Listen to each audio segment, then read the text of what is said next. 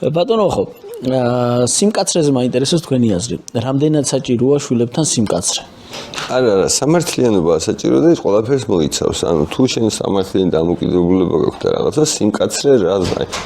ჩემი აზრით ძალადობა არ მოსულა. აი, უბრალოდ არ მოსულა ბავშვზე, იმიტომ რომ უაზროც არის და შენზე უფრო მეტყველებს ვიდრე რამეზე.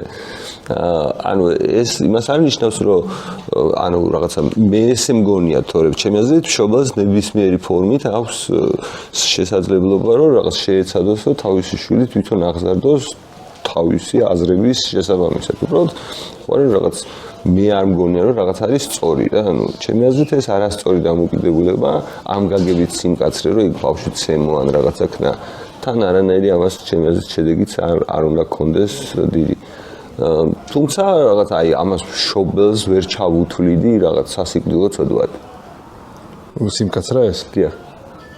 იმიტომ რომ ვიცი რომ ძალიან ბევრი ასე აღზრდილი ბავშვი მე როცა აღიზარდა მომავალში ძალიან მადლიერი იყო თავისი მშობლების ამ დამოკიდებულებას.